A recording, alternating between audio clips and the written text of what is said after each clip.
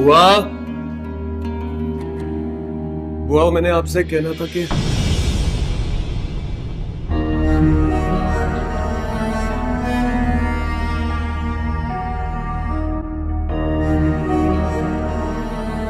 जी अस्सलाम वालेकुम साहब जी।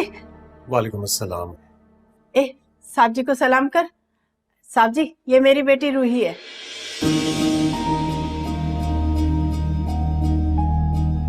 ये आपकी बेटी है? जी।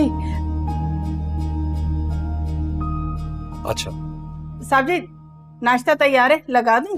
नहीं बुआ, मैं यही कहना चाह रहा था आपको कि मैं नाश्ता नहीं करूंगा, ऑफिस से देर हो गई, मैं जा रहा हूँ। खुदा हाफिज। खुदा हाफिज।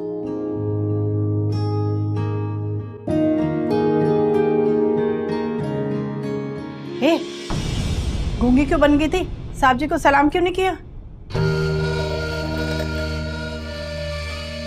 अरे तुझसे कुछ पूछ रही हूँ, जवाब क्यों नहीं दे रही है? और ये क्या बावलों की तरह देख रही है? वैसे तो तेरी जुबान एक पल के लिए मुंह में नहीं रुकती। अम्मा हर किसी के सामने बेइज्जत करना जरूरी होता है क्या? नहीं दिल चाह रहा था तो नहीं बोला मैंने। कर दूंगी तेरे साहब जी को सलाम शलाम जब वापस आएंगे। बढ़िया ही। न जाने कौन सी आजमाइश है मेरी रीतू। अरे ये रूही अंदर कहाँ दफा हो गई है। चला तुझे बेगम साहबा से मिलवा दूं। आजा।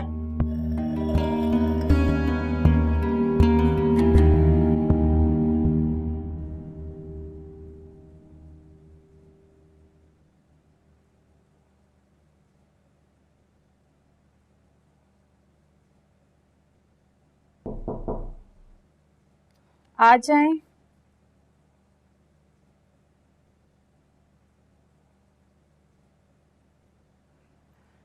अस्सलाम वालेकुम बीबी जी।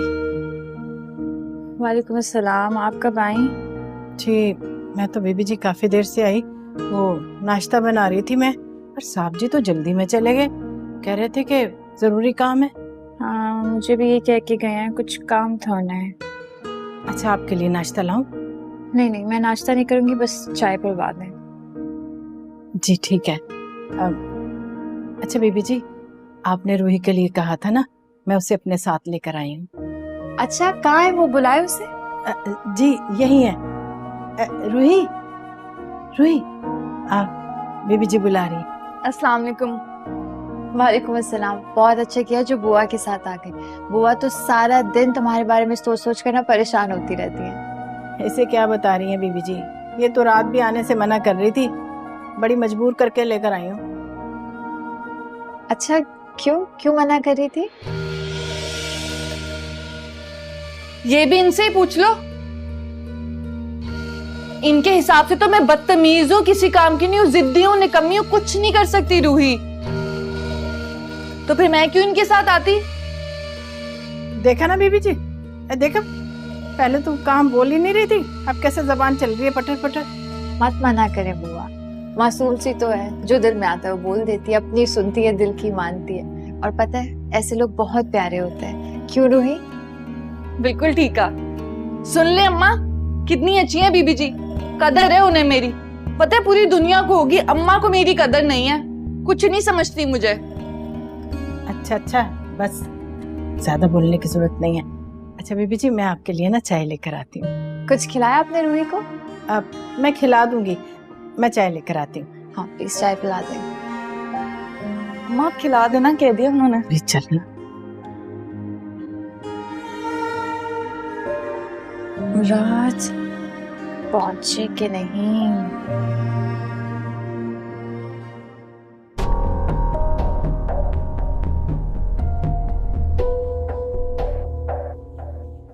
क्या बात है भाई, जो आदमी मेरी शक्ल नहीं देखना चाहता, मुझसे बात नहीं करना चाहता, आज मेरी चौखट पे खड़ा है। दोस्त बन के इस्तकबाल करूं या मेजबान की तरह मेहमान नवाजी करूं? चाय पियेंगे, ठंडा मंगवाऊं? दोस्ती के लायक तो तू आज भी नहीं है। पहले शायद ये बात मैं समझ नहीं पा रहा था, लेकिन अब तेरी इस हरकत के बाद ना सब बहुत अच्छे से समझ गया। तुझे तेरा कर्जा वापस चाहिए ना, मैं ला कर दूंगा, लेकिन आज के बाद उस घर की तरफ नहीं जाएगा तू। अबे ये डायलॉग मारने के बजाय अगर मेरी कर्ज की रकम लेकर आता ना तो ज्यादा अच्छा था। लाऊंगा, मैं ही लाऊंगा। अगली दफा तेरे सारे पैसे मैं लेके आऊंगा। मोहलत याद है ना? सिर्फ 3 दिन। 3 दिन की मोहलत है तेरे पास। ये मोहलत भी ना तेरी औकात जैसी ही है।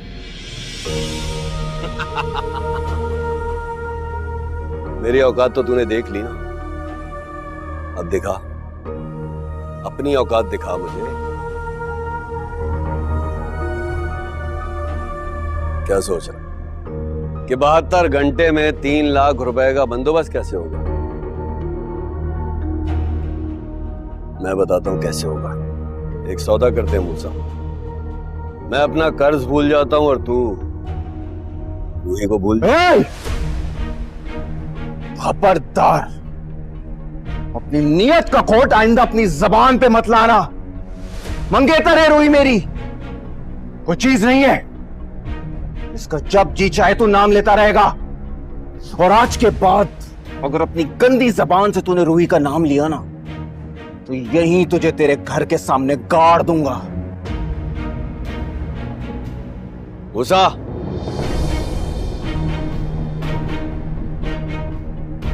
बहत्तर घंटे 3 लाख।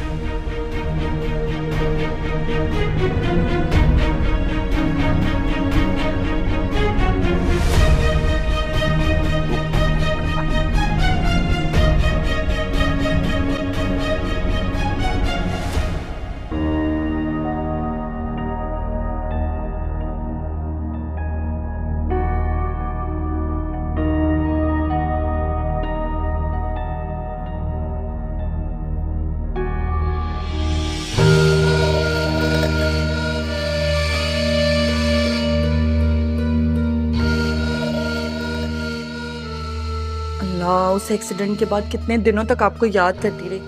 अगर पहले पता होता कि आप अनीशा बीबी के शौहर हैं तो फौरन ही अम्मा के साथ यहाँ आने लगती। पर चलो, वो कहते हैं ना, देर से आना भी खैर का आना होता है। तो अब मैं खैर से आ गई हूँ, रोज मुलाकात हुआ करेगी आपसे। लेकिन पहले वो एक्सीडेंट वाली बात का हल ढूंढना होगा। ऐसा ना हो मूसा के गुस्से में मेरा आना जाना यहाँ बंद हो जाए।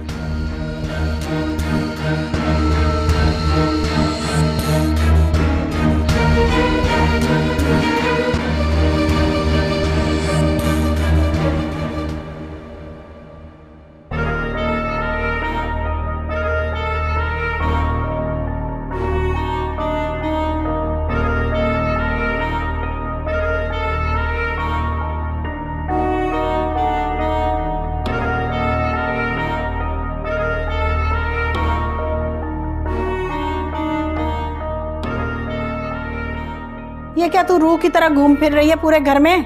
मेरे साथ काम ही करवा दे। नौकरानी नहीं हूं मैं। अच्छा बीबी, तू नुकरानी नहीं है, मैं नुकरानी हूं इस घर की। मेरा ही हाथ बटा दे। हाँ, बटा दूंगी जब बटाना होगा। कैसी बेहिस औलाद है तू मेरी। अपनी माँ का जरा भी एहसास नहीं है। अरे तेरे से अच्छा तो वो मूसा है। अरे हमारा कर्जा उतारने के लिए कैसे मारा मारा फिर रहा है वो। खुशफहमी है तेरी कि हमारे लिए ख्वार हो रहा है। वो जो उसके दिल में शादी का लड्डू है ना, उसके पीछे इतना जलील हो रहा है। अरे रूही, तू कितनी नाशुक्री है। ये कमबख्त इरफान से हमारी जान छुड़ाने के लिए सब कुछ कर रहा है वो। अगर उसने अपने अरमानी पूरे करने होते ना तो जैसे मैंने कहा था फौरन काजी को लेकर आता, तेरे साथ निकाह पढ़वाता और साथ ले जाता अपने। हाँ, मैं तो मिट्टी की मादू ना, उसके साथ चल पड़ती। कुछ और देखती हूँ खाने के लिए। पता नहीं मेरे कौन से गुनाहों की सजा है तू।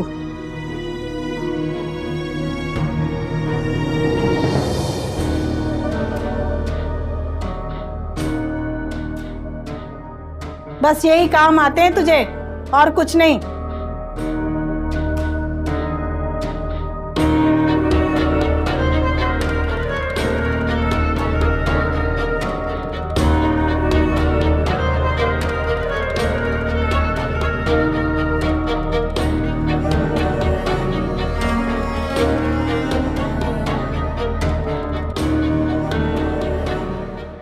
हेलो रमजान चाचा, हेलो, आवाज आ रही है?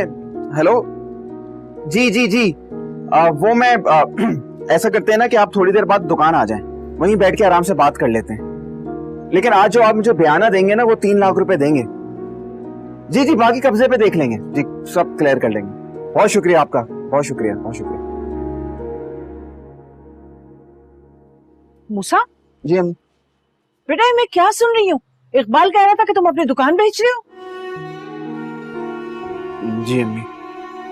दिमाग खराब हो गया क्या तुम्हारा? रोटी रोजी है दुकान हमारी, और कोई अपनी रोटी रोजी को भी बेचता है? तो अम्मी और क्या करूं, चोरी करूं या डकैती डालूं? देखिए, एक दफा इस मसले से हम बाहर आ गए ना, तो फिर से दुकान बना लूंगा, फिर से कारोबार जमा लूंगा। बेटा तुमने अपने आप को फिक्रमंद खुद ही किया है। अरे जब जेब में पैसे नहीं थे तो खाला को आसरा क्यों दिया? वो मांग लेती अपने मालिकों से। तुमने इतना बड़ा फैसला करने से पहले ये भी ना सोचा कि ये दुकान तुम्हारे बाप की आखिरी पूंजी है। और अभी तो तुमने 2 महीने पहले इसमें नई मशीन डलवाई है, बिल्कुल नई मशीन। और अपने इस तरह के जमे जमाए कारोबार को कौन बेचता है, कौन अपने हाथों खराब करता है, ये बताओ। अम्मी देखिए, कोई और रास्ता भी तो नहीं बचा ना, इस बात को समझने की कोशिश कीजिए। और हो सकता है बेचारी खाला के पास भी कोई रास्ता ना बचा, इसीलिए तो उन्होंने कहा कि निकाह कर लो जल्दी से। अरे इससे अच्छा तो नहीं होता। क्या होता अम्मी, क्यों नहीं होता? क्या मेरी शादी नहीं होती? और आपका भी तो मैं इकलौता बच्चा हूं ना, आपके दिल में तो कितने अरमान होंगे, वो सब पूरे करना चाहती हैं ना आप। अरमानों का क्या है बेटा, अरमान तो बाद में भी पूरे हो सकते थे। कि असल बात तो ये है कि तुम रूही की बात को इनकार नहीं कर सकते थे। ऐसा नहीं है अम्मी, बात को समझने की कोशिश करें। वो बेचारी मुश्किल में है, उनके पास इस वक्त कोई मदद नहीं है। और अगर अल्लाह पाक ने हमें नवाज दिया है तो हमारा फर्ज बनता है ना कि हम उनकी मदद करें। और आप कैसे भूल सकती हैं अम्मी, जब अब्बू का इंतकाल हुआ था मैं कुछ भी नहीं करता था, फारिग था, तो हमारी किसने मदद की थी? खाला ने। जानती हूँ बेटा, नसीबा ने बहन बनकर नहीं भाई बनकर मेरा साथ दिया है। उसने मुझे कभी भाई की कमी महसूस नहीं होने दी, और ये सब मैं नहीं भूली। अरे तो फिर दिल बड़ा कीजिए ना अम्मी, सब ठीक हो जाएगा, मैं संभाल लूंगा सब, वादा करता हूँ आपसे।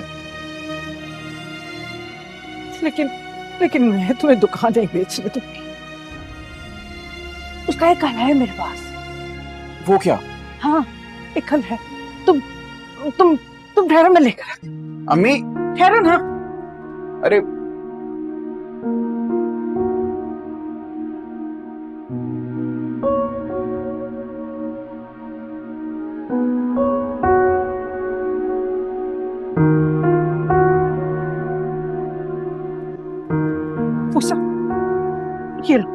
ये लो मेरा बेटा, ये ना मैंने तुम्हारी दुल्हन के लिए रखे हुए थे। आजकल तो इसका भाव भी बहुत ज्यादा हुआ है, इसे बेच के कर्जा चुका दो बेटा। अम्मी आप दुनिया की सबसे अच्छी अम्मी हैं।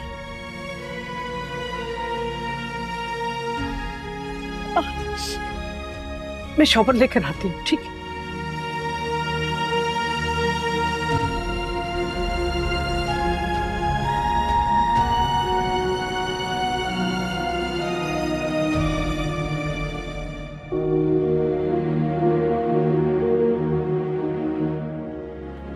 शुक्र अल्हम्दुलिल्लाह। अम्मी जल्दी आ जाएं।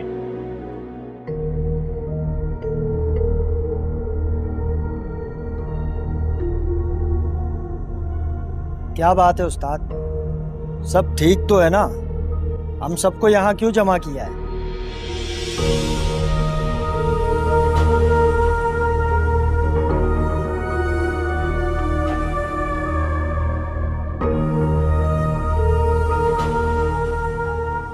हाजी सोनू और राजू का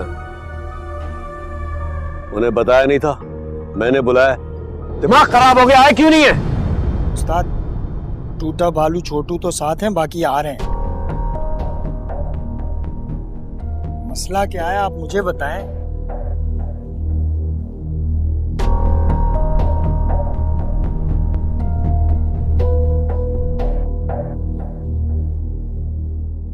मूसा ने दावा किया है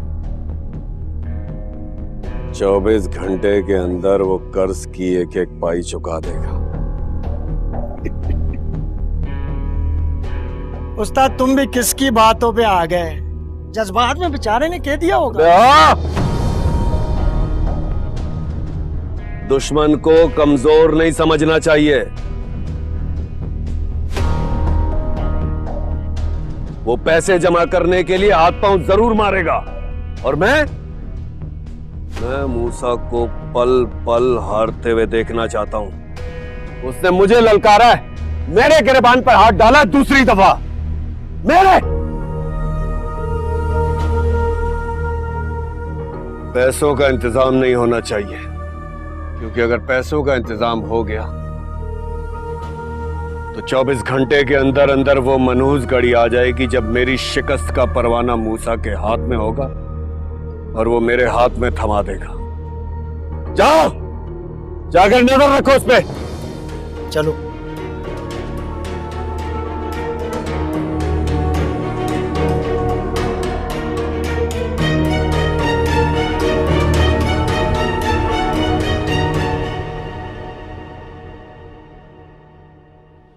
इकबाल। जी जी उस्ताद। क्या कर रहे हो? ये सारे कपड़े उस्ताद तय कर रहा हूँ। इसकी जरूरत नहीं है, सारा सामान वापस जगह पे लगा दो। मैंने रमजान चाचा को फोन करके कह दिया है, अब हम नहीं बेच रहे दुकान। सच्ची उस्ताद? हाँ यार, अम्मी ने पैसों का बंदोबस्त कर दिया है। या अल्लाह तेरा शुक्र है उस्ताद, ये तो बहुत अच्छा हो गया। हाँ, मैं बस एक काम से जा रहा हूँ, तुम जब तक पूरी दुकान सेट करो यार, लगाओ जल्दी, खोलो सब। शाबाश, ठीक है, काम पे लगो। ठीक है।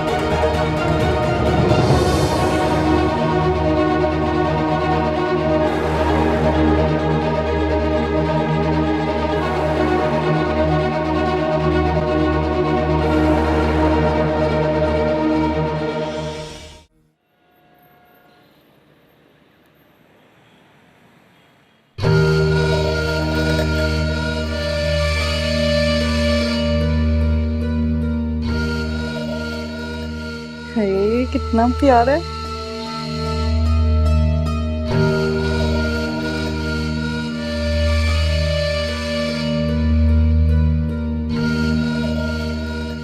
खुशबू कितनी अच्छी है।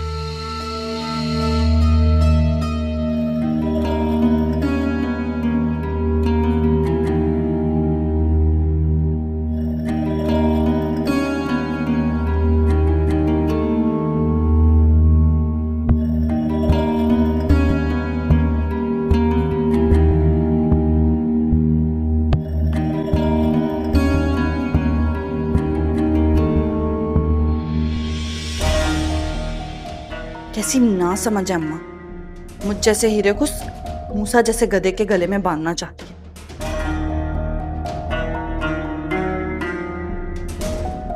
कहाँ मैं कहाँ वो दर्जी, मेरी जोड़ी तो सजेगी अनीशा बीबी के शौहर जैसे शहजादे के साथ।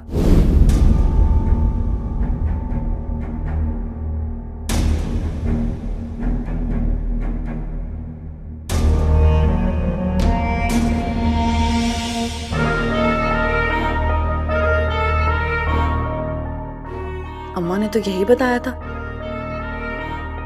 कि साहब शाम होते ही घर आ जाते हैं।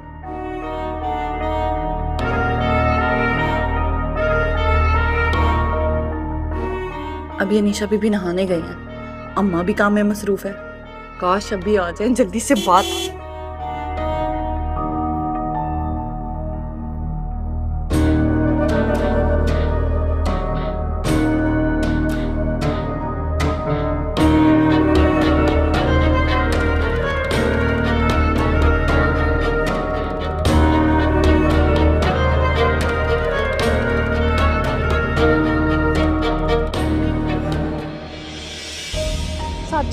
अरे क्या कर आपको ना अल्लाह का वास्ता है, आपको खुदा का वास्ता है, प्लीज अम्मा को मत बताइएगा उस दिन एक्सीडेंट वाली बात हो तो मुझे जान से मार देगी। Please please. क्या? एक मिनट आपको अपनी बीवी की कसम है, प्लीज प्लीज मत बताइएगा। अच्छा अच्छा अच्छा अच्छा, नहीं बताइएगा। रिलैक्स रिलैक्स रिलैक्स, नहीं बताऊंगा।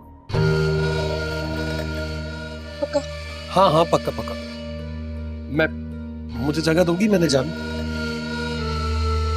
Thank you thank you.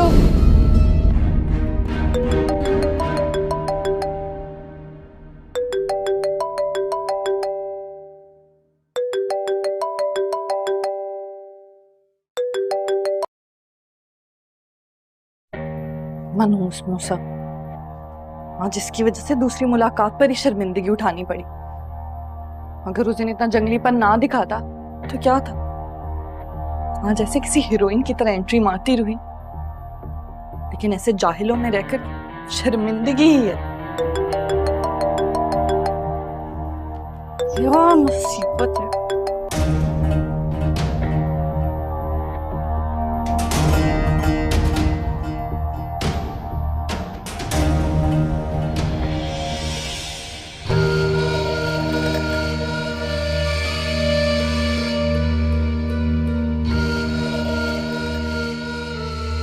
हाय रूही, कितनी खूबसूरत है तू।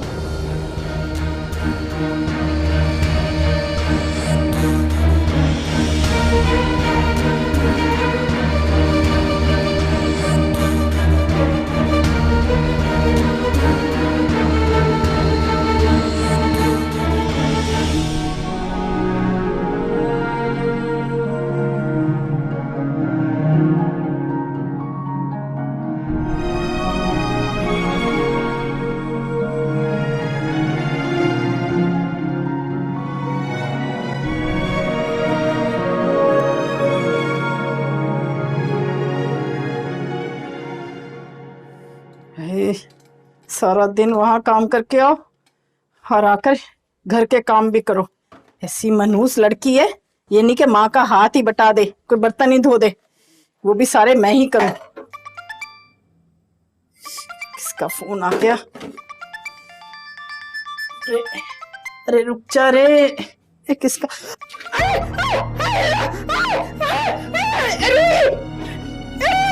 गिर गया मेरा फोन। कहाँ मर गई?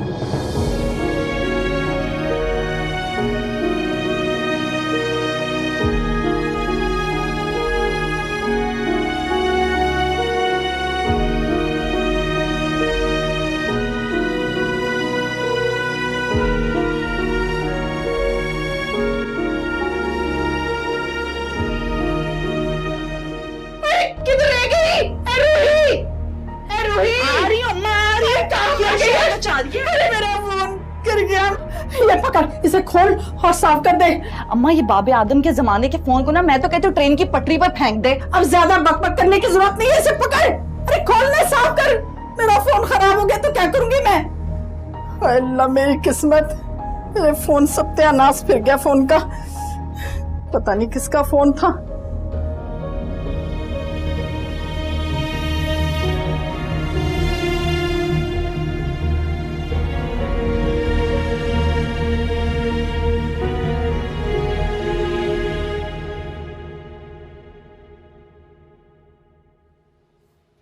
अस्सलाम वालेकुम खाला। वालेकुम अस्सलाम।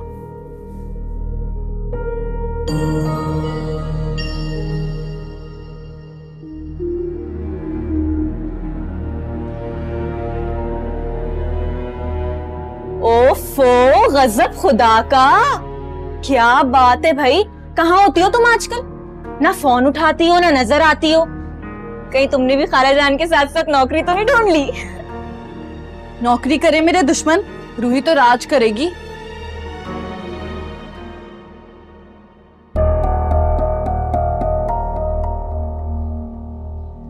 ए रूही, अब बातों में मत लग जाना, जल्दी से तैयार हो जाना, काम पर भी जाना है। ये मनूसनी ने बेवक्ती आना था। उफ अल्लाह, क्या हो गया आज दोनों माँ बेटी को? सुबह ही सुबह लग रहा है मिर्ची खा के बैठी हो तुम दोनों। बाहर एक तो खाला जान ने सीधे मुंह जवाब नहीं दिया सलाम का, और अंदर तुम अजीब सी बातें कर रही हो। हाँ तो जाके पूछना अपने भाई से। तुम्हारी मेरी दोस्ती के बीच में भाई कहाँ से आ गया? याद दिलाऊं, पहले रास्ता रोकता और फिर तेरे नंबर से फोन करके तंग करता है मुझे। कमबख्त। हाय अल्लाह, रूही वाकई कसम से मुझे नहीं पता था इस बात का। हाँ अंदाजा था मुझे, तभी तो यहाँ खड़ी हो। अल्लाह अक्ल दे कसम से इरफान भाई को। एक तुम्हें तो मेरी पक्की सहेली हो।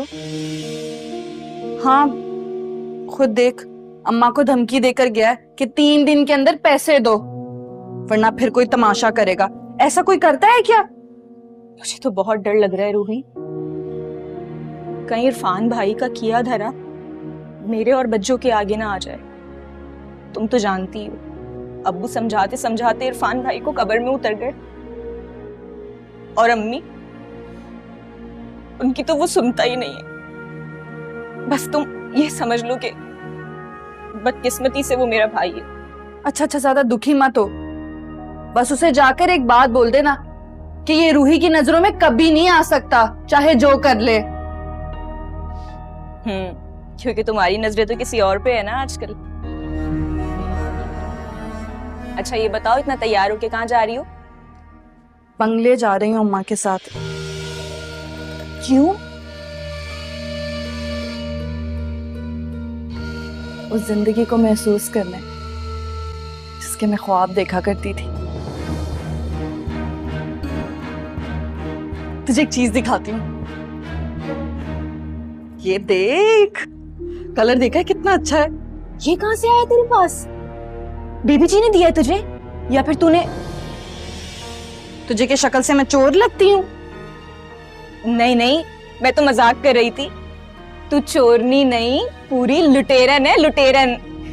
अच्छा मुझे तो दिखा, मैं लगा के तो देखो। चल हट, तेरी औकात नहीं है, बहुत महंगी वाली है, बहुत महंगी वाली। रूही, रूही, वो इकबाल आया, बता रहा है कि मूसा का एक्सीडेंट हो गया, हमें फौरन ना अस्पताल पहुंचना है, जल्दी से तैयार हो जा। चला निकला, मैं चादर लेती हूँ। मर ही जाए कमबख्त।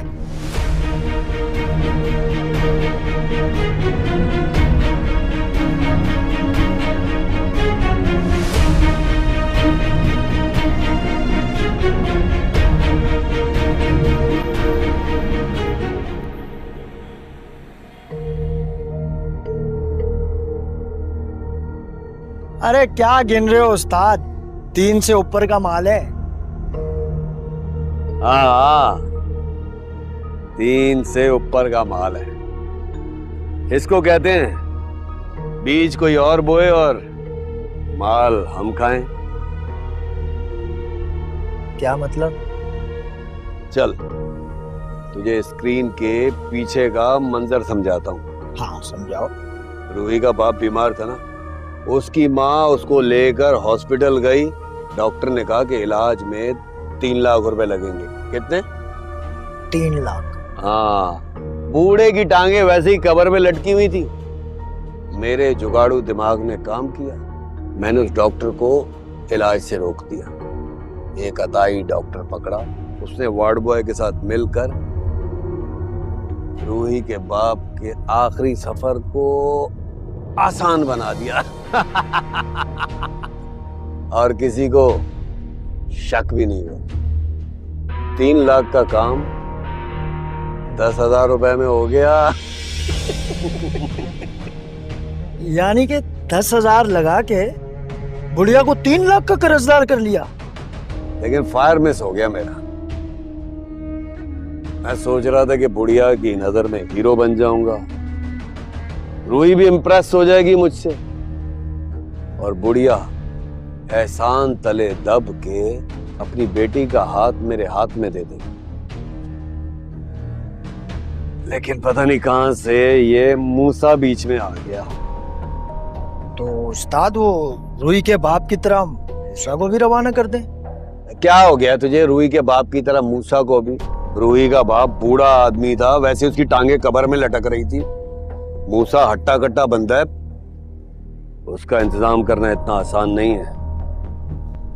हाँ ये भी बात है उस्ताद। और मूसा की माँ रूही की माँ की तरह बेवकूफ भी नहीं है, अच्छी खासी होशियार औरत है वो।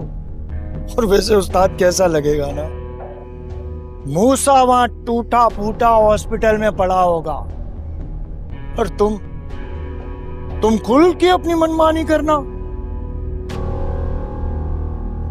और ये बात तो तय है कि मूसा इतनी जल्दी अपना कर्ज लौटा नहीं सकेगा।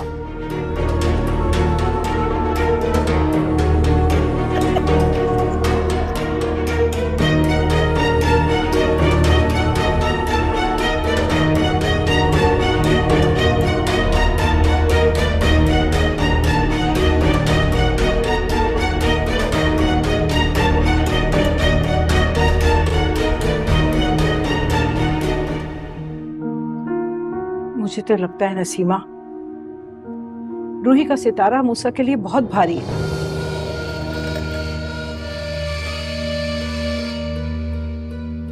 अरे एक के बाद एक मुसीबत सर पे खड़ी रहती है।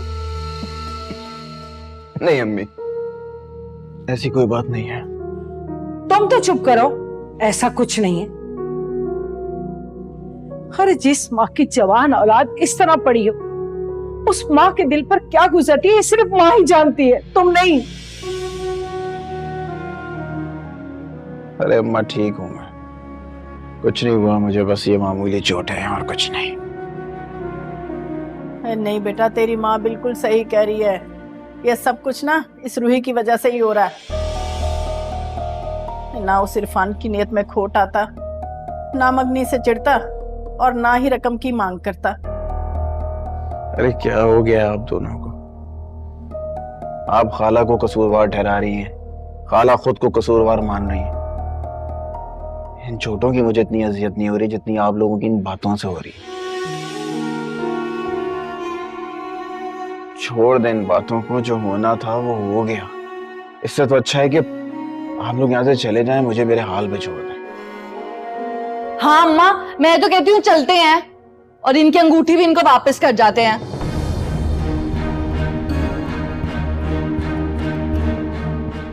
रूही तेरे मुंह में खाक। अरे कभी तो चुप करके बैठ जाया कर, पहले ही मामला बिगड़े में तो और बिगाड़ने पर तुली हुई है। बेटा तू बता, हादसा कैसे हुआ? खाला अम्मी ने जो जेवरात दिए थे उनको मैंने बेचा है और मैं रकम लेके इरफान की तरफ जा रहा था। पता नहीं किसने मुझे पीछे से मारा और एक्सीडेंट हो गया और ये हाल हो गया मेरा। अल्लाह मेरा बच्चा, ये कितने जालिम लोग हैं, अंधे होकर चलाते गाड़ियां। वही तो, सालिम मेरे बच्चे को मार पीट कर गिराकर चले गए, ऊपर से लूट भी लिया। ये सुनार की दुकान से मुंह भरी हुई है, वहीं से कुछ लोग इसके पीछे लगे कि लड़का पैसे लेकर निकला है ना। लो भाई, गरीबी में आटा गीला। रूही चल जा, बाहर जाकर बैठ, मैं आती हूँ अभी। तुम्हारे लिए बेहतर यही है कि तुम बाहर ही बैठो। मुझे भी कोई शौक नहीं है खाला इस बदबू में बैठने का। चल आजा। बस जरा भी लिहाज नहीं करती ये लड़की। कोई बात नहीं, वक्त के साथ सुधर जाएगी, समझने लगेगी चीजों को। अरे हड्डियां तोड़वा कर भी ना तुम्हें उसी की फिक्र है। कोई बात नहीं खाला। देख बेटा, मैं तुम लोगों से बहुत शर्मिंदा हूँ, मानो माफ कर दे। इसने जो कुछ किया मेरे बच्चे ने, मैं तो अपनी जान भी दे दूं ना वो भी कम है। अरे नहीं नहीं नसीमा, तुम्हारी नीयत पर मुझे कोई शक नहीं, लेकिन मुझे नहीं लगता कि रूही मेरे मूसा की कदर करेगी। कल रात मैंने उसे 10 फोन किए, एक ना उठाया। उसके बाद उसने फोन बंद करके रख दिया। फिर मैंने घबरा कर तुम्हें फोन किया और तुमने भी। अरे मेरा फोन तो पानी में गिर गया था और फोन ही खराब हो गया। अम्मी सुन लिया आपने, वो इतनी भी बुरी नहीं है। खाला बता रही है ना कि फोन खराब हो गया था। मानो अब रूही इतनी भी बुरी नहीं है, बस थोड़ी सी अक्खड़ जरूर है। अरे जैसी भी है तो तुम्हारी अपनी ना।